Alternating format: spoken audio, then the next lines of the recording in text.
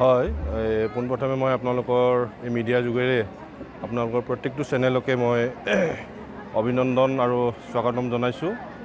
আপোনালোকে আহি আমাৰ এই অনুষ্ঠানটিত হোষ্ট বঢ়োৱাৰ কাৰণে।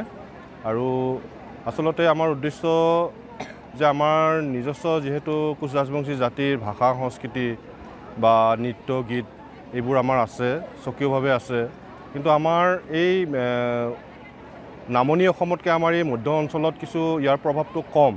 গতিকে আমাৰ ইয়াৰ যিখিনি ৰাজবংশী মানুহ বা কোচ ৰাজবংশী মানুহ, সেই জনগোষ্ঠীটোৱে বিভিন্ন কাৰণত বহুদিনৰ পৰাই এই ৰাজবংশী ভাষা সংস্কৃতিৰ পৰা আমি অকণমান আঁতৰি থকা যেন হৈছিলে, বা আমি ঠিক মানে আচল গুৰিটোত আমি পোৱা নাছিলোঁ।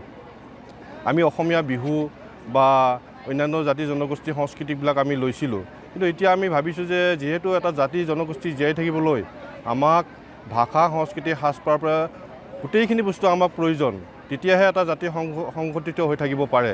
গতিকে বিভিন্ন কথাবিলাক আমি চালি জাৰি চাই ওদালগুৰি জিলা কোচ ৰাজবংশী সন্মিলনী, ৰৌতা আঞ্চলিক কৃষ্টি দল, ৰৌতা আঞ্চলিক কোচ ৰাজবংশী সন্মিলনী মহিলা সন্মিলনী, সদৌ অসম কোচ ৰাজবংশী সন্মিলনীৰ বিভিন্ন উদ্যোগত আমি এনেধৰণৰ পদক্ষেপবিলাক লৈছোঁ। আৰু ইয়াৰে প্ৰথম আমি ৰৌতাত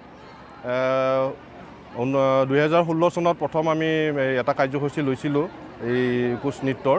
তাৰপিছতে আমি বিভিন্ন কাৰণত আমি ইয়াৰ কাৰ্যসূচীবিলাক ল'ব পৰা নাছিলোঁ, আৰু এইবাৰ আমি 5 দিনীয়া এটা কাৰ্যসূচী লৈছোঁ। আৰু যথেষ্ট ভাল সঁহাৰি আমাক প্ৰশিক্ষাৰ্থীবিলাকে দিছে বা ৰাইজে দিছে। তাৰ কাৰণে মই সমূহ ওদালগুৰিবাসী ৰাইজক ধন্যবাদ জ্ঞাপন কৰিছোঁ।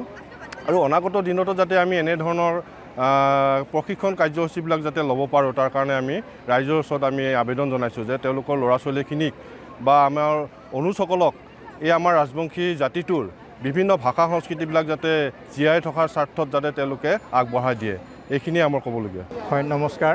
মই ৰৌতা আঞ্চলিক কোচ ৰাজবংশী কৃষ্টি দলৰ সভাপতি।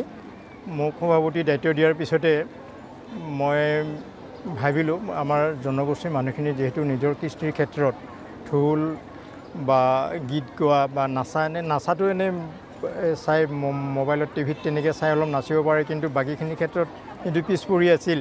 সেইকাৰণে মই কোকৰাঝাৰৰ প্ৰীতম কোচৰ লগত যোগাযোগ কৰি গোটেইখিনি যাতে আগবাঢ়ি যায়, সন্মুখত বিহু আহি আছে তাৰ প্ৰতি লক্ষ্য ৰাখি আৰু গোটেই আমাৰ জাতীয় কৃষ্টিটো সকলোৰে মাজত জীয়াই থাকক, এই ভাবিয়ে এই কাৰ্যসূচীখিনি লোৱা হ'ল। খুব ভালকৈ চলিছে। মোক 6খন আঞ্চলিকে সহযোগ কৰিছে। ইফালে মাজবাট, ওৰাং, ধনচিৰি, ৰৌতা, বগৰীবাৰী আঞ্চলিক, তেনেকৈ মোক 6খন আঞ্চলিকে সহযোগ কৰিছে। 6খন আঞ্চলিকৰ প্ৰায় 500 পৰীক্ষাৰ্থীয়ে ঢোল, বিভিন্ন বাদ্যত, গীত, নৃত্য এনেকুৱা গোটেইখিনিতে সহযোগ কৰিছে। বহুত কষ্ট কৰি আহিছে। আজি ৰাতিপুৱাৰ ভাগত অলপ বতৰে অসুবিধা দিছিল যদিও মানে আমাক ভগৱানে চকু মেলি চালে, আমি এইখিনি কৰিলোঁ।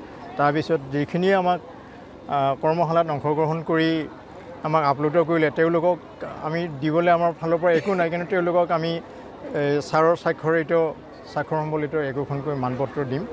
আমি মানপত্ৰৰ ব্যৱস্থা কৰিছোঁ। ইমানেই।